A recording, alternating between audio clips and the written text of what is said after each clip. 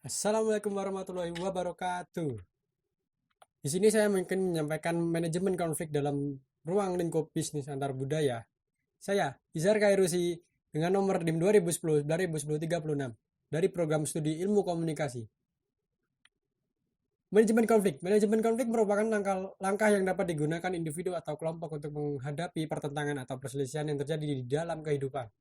Manajemen konflik menjadi suatu kajian yang penting untuk dipelajari dan dipahami dalam menyelesaikan potensi konflik atau konflik itu sendiri, sehingga menghasilkan kesamaan sudut pandang atau persepsionis dan kepentingan atau interest.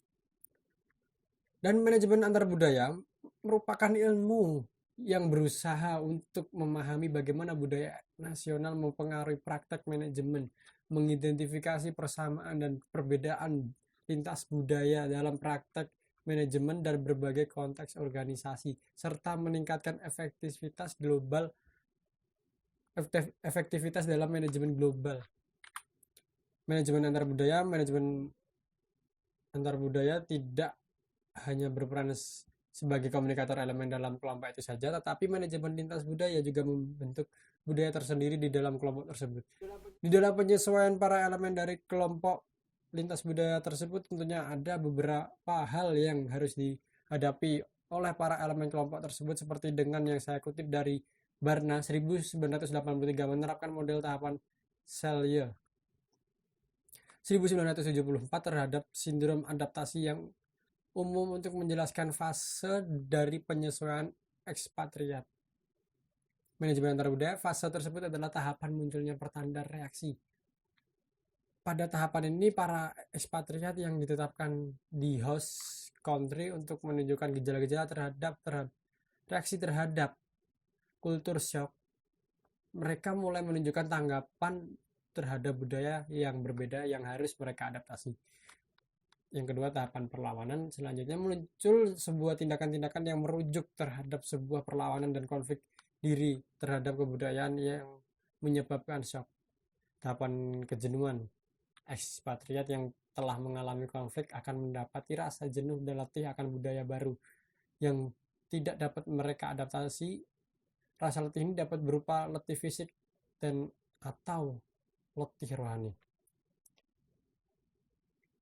Ada tipe-tipe manajemen konflik: avoiding atau menghindar, accommodating atau akomodasi, compromising atau berkompromi, competing atau kompetisi saing, dan collaborating adalah kolaborasi, conglomerating adalah campuran. Tahapan manajemen konflik, pencegahan konflik. Tahapan ini adalah tahapan yang dilakukan dalam penataan konflik sebelum terjadinya perselisihan atau ketidaksetujuan suatu pihak atau pihak lainnya. Tujuannya adalah untuk mencegah munculnya konflik yang keras antara satu pihak dengan lainnya. Yang kedua, penyelesaian konflik. Tahapan ini adalah tahapan yang dilakukan dalam menata konflik ketika pertentangan dan perselisihan telah terjadi. Tujuannya adalah untuk mengakhiri perselisihan, ketidaksetujuan, atau perilaku kekerasan melalui sesuatu persetujuan persamaan pendapat atau persetujuan untuk mengakhiri suatu kekerasan atau upaya untuk menciptakan perdamaian. Yang ketiga, pengelola konflik. Tahapan ini adalah tahapan yang dilakukan dalam penataan konflik pada saat perselisihan atau pertentangan sulit untuk didamaikan. Tujuannya untuk membatasi meluasnya pertentangan serta menghindari penggunaan kekerasan dengan mendorong para pihak untuk berperilaku positif terhadap pihak lain. Yang keempat adalah resolusi konflik.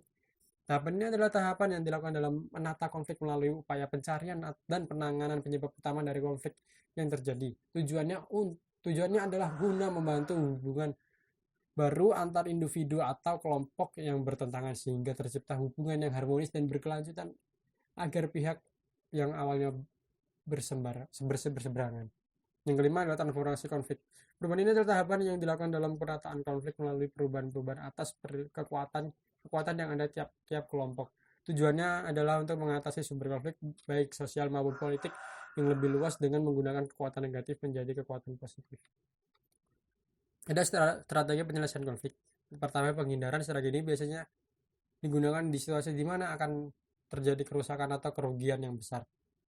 Yang kedua, akomodasi. Strategi ini dilakukan dengan memberikan kepercayaan akan kerjasama atau membiarkan pihak lain menemukan langkah-langkah penyelesaian masalah.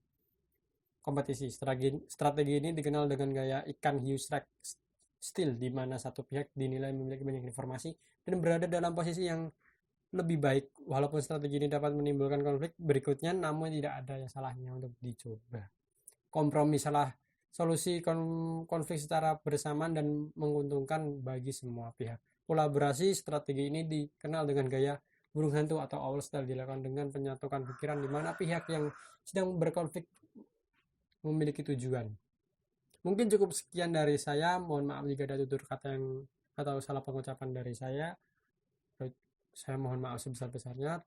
Sekian dari saya. Terima kasih. Wassalamualaikum warahmatullahi wabarakatuh.